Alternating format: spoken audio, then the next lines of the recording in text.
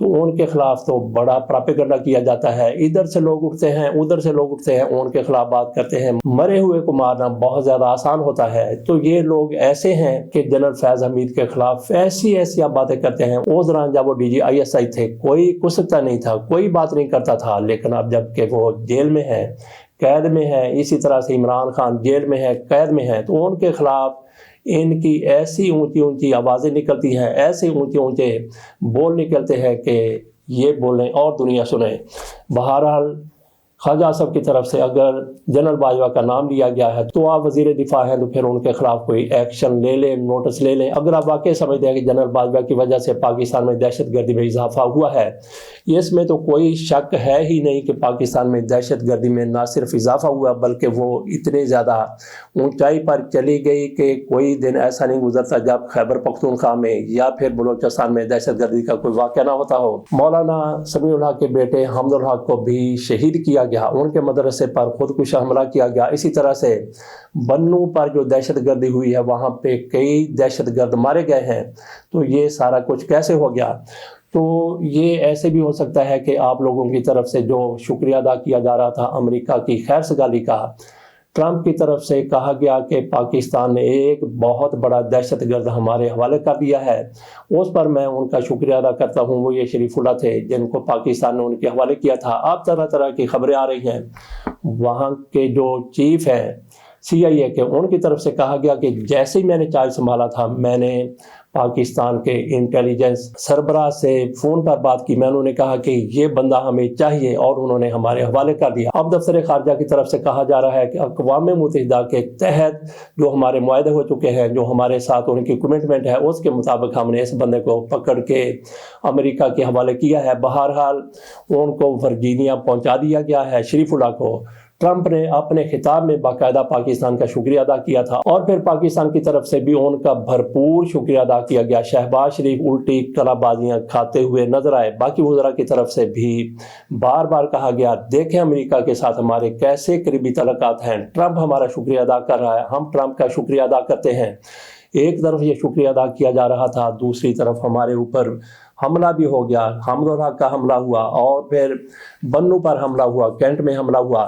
تو کیا یہ اس کا رد عمل ہے جو ہم نے بندہ ان کے حوالے کر دیا تھا؟ اور پھر اس کے ساتھ ساتھ یہ بھی ہوا کہ ایک طرف ابھی ہم امریکہ کا شکریہ سمیٹ رہے تھے، دوسری طرف یہ خبریں آنے لگیں کہ پاکستانیوں اور افغانستان کے لوگوں کا امریکہ میں داخلہ منع کیا جا رہا ہے۔ تو یہ کیا خیر سگالی ہوئی، جارحانہ خیر سگالی ہوئی امریکہ کی طرف سے کہ ہم نے ان کا اتنا بڑا ٹارگٹ گرفتار کیا اور ان کے حوالے کر دیا، اور اس کے جواب میں شکریہ بھی ایکسچینج ہوئے۔ لیکن پھر ہوا کیا کہ پاکستان پر پابندیوں کی خبر آ گئی۔ یہ نوائے وقت میں خبر شائع ہوئی، جنگ میں خبر شائع ہوئی ہے، دیگر بھی جرائد میں یہ خبر شائع ہو چکی ہے، اور ٹی وی چینل پر نشر بھی ہو رہی ہے۔ مریم نواز شریف صاحبہ، ان کے بارے میں کچھ لوگ کہتے ہیں فارم 47 پر یہ وزیر اعلیٰ بنی ہے، ان کی طرف سے ایک فارم 45 والے بندے کو فائر کر دیا گیا ہے۔ یہ ہے فیصل مسعود، اور یہ میو ہاسپٹل کے MS ہیں۔ مریم نواز شریف صاحبہ نے وہاں کا دورہ کیا اور ان کو سامنے کھڑا کر کے بیک سائڈ سے فلم بن رہی تھی، ویڈیو بن رہی تھی، انہوں نے کہا کہ آپ کو فائر کیا جاتا ہے اور شکر کریں گے میں آپ کو فائر کر رہی ہوں، گرفتاری کا حکم نہیں دے رہی ہوں۔ یہ آرتھوپیڈک ڈاکٹر ہیں، انہوں نے محنت کی، کئی کورسز کیے، کئی اسپیشلائزیشنز کی، ان کو میو ہاسپٹل کا ہیڈ بنایا گیا، MS بنایا گیا۔ ان کی طرف سے کہا جاتا ہے کہ گزشتہ مہینے استعفیٰ دے دیا گیا تھا، انہوں نے استعفیٰ دیا، حکومت کو کہا کہ میرے لیے یہاں پہ کام کرنا مشکل ہو رہا ہے۔ انہوں نے جو اپنے استعفے میں وجوہات بتائی تھی اس میں یہی کہا گیا تھا کہ میو ہاسپٹل کے اخراجات زیادہ ہیں، جبکہ حکومت کی طرف جتنے پیسے شاید 3 ارب روپے ہے وہ ادا نہیں کیا جا رہا، اس کی ادائیگی کی جائے، ادائیگی نہیں ہوئی تو انہوں نے پھر استعفیٰ دے دیا۔ مریم نواز شریف صاحبہ کی طرف سے استعفیٰ قبول نہیں کیا گیا، کل وہ دورے پر گئی۔ ہو سکتا ہے کہ مریضوں کی شکایات بھی سامنے آئی ہوں، اتنا بڑا ہاسپٹل ہے، مریضوں کی شکایات ہوتی ہوں گی، یقینی طور پر ہوتی ہوں گی، اور وہاں پہ مسائل بھی ہوں گے، جیسا کہ ڈاکٹر صاحب نے فیصل مسعود نے خود بھی کہہ دیا تھا کہ حکومت کی طرف واجبات موجود ہیں، تو اس وجہ سے ان کا عملہ بھی ان کے سر چڑھتا ہوگا، دیگر بھی معاملات ہوں گے، مفت ادویات بھی وہاں پہ نہیں ملتی ہوں گی، مریضوں کے واقعی معاملات ہوں گے، واقعی شکایات ہوں گی، تو اس پر مریم نواز شریف صاحبہ کی طرف سے ان کو سامنے کھڑا کر کے اس طرح سے کہہ دینا کہ آپ یہاں پہ کیا کر رہے ہیں۔ ساتھ انہوں نے یہ بھی کہا کہ آپ کو یہاں پہ کس نے رکھا ہوا ہے، تو کیا وہاں پہ بندے کو رکھا جاتا ہے۔ بہرحال مریم نواز شریف صاحبہ نے ان کو فائر کر دیا، تو یہی سارا کام ایک قانونی طریقے سے بھی ہو سکتا تھا۔ کیا ان کو رسوا کرنے کے لیے مریم نواز شریف صاحبہ وہاں پہ گئی تھی؟ تو یہ بڑے بڑے سوالات ہیں، دیکھتے ہیں کہ ان کے ساتھ کیا ہوتا ہے۔ تو باقی بیوروکریسی بھی موجود تھی، کوئی شرم آنی چاہیے ان کو بھی کہ صحیح صورتحال سے محترمہ کو آگاہ کرتے۔ وہاں پہ سیکرٹری کھڑے تھے، بڑے بڑے بیوروکریٹس بھی کھڑے تھے، شاید وہ اپنی نوکری بچا رہے تھے۔ بہرحال دیکھتے ہیں کہ آئندہ چل کر کیا ہوتا ہے۔ ایک ان کی طرف سے استعفیٰ دیا گیا، دوسرا ایک جسٹس عبدالعزیز صاحب کی طرف سے بھی استعفیٰ دیا گیا ہے۔ کچھ لوگوں کی طرف سے کہا جا رہا ہے کہ یہ سسٹم کے خلاف ان کا استعفیٰ ہے، وہ کچھ اس طرح سے کرنا چاہتے تھے، وہ کچھ اس طرح سے کرنا چاہتے تھے، وہ ڈکٹیشن نہیں لیتے تھے۔ یہ ساری خبریں بالکل بے بنیاد ہیں۔ انہوں نے ذاتی وجوہات کی بنا پر استعفیٰ دیا ہے۔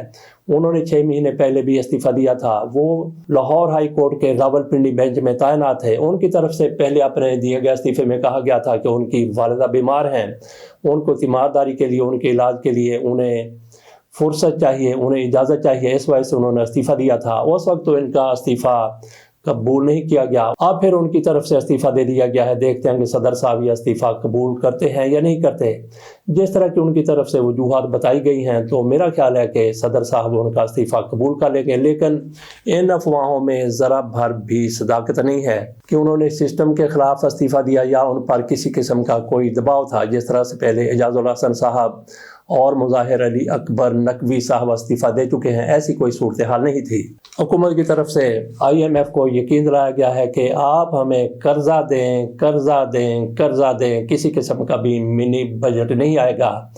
یہ ان لوگوں کی طرف سے ایسا ہی ہے کہ ایک دفعہ آپ ہمیں قرضہ دے دیں، اس کے بعد دیکھی جائے گی کہ منی بجٹ لانا ہے یا نہیں لانا، یہ تو دل میں سوچ رہے ہوں گے۔ ایسے ہی ایک بندہ نہر کے کنارے جا رہا تھا، اس کا پاؤں پھسلا، نہر میں گر گیا، اس نے کہا یا اللہ اگر میں بچ جاؤں تو میں دیگیں دوں گا۔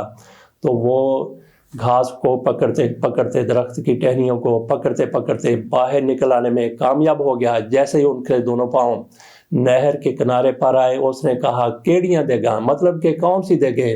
مکر گیا اپنی جو اس نے منت مانگی تھی، تو پھر اس کا پاؤں پھسلا، نہر میں گرا، پہلا پاؤں اس کا نیچے گر رہا تھا۔ اس نے کہا یا اللہ میں تو یہ پوچھ رہا تھا کہ کیڑیاں دے گا سے مطلب ہے کہ میٹھیاں دے گا یا پھر نمک والی دے گا۔ تو یہی ان کا حال ہے ہماری حکومت کا، ایک دفعہ قرضہ مل جائے تو پھر کیڑیاں دے گا۔ دیکھیں گے کہ پھر منی بجٹ لانا ہے یا نہیں لانا ہے۔ اس کے ساتھ اجازت دیجیے، اللہ حافظ۔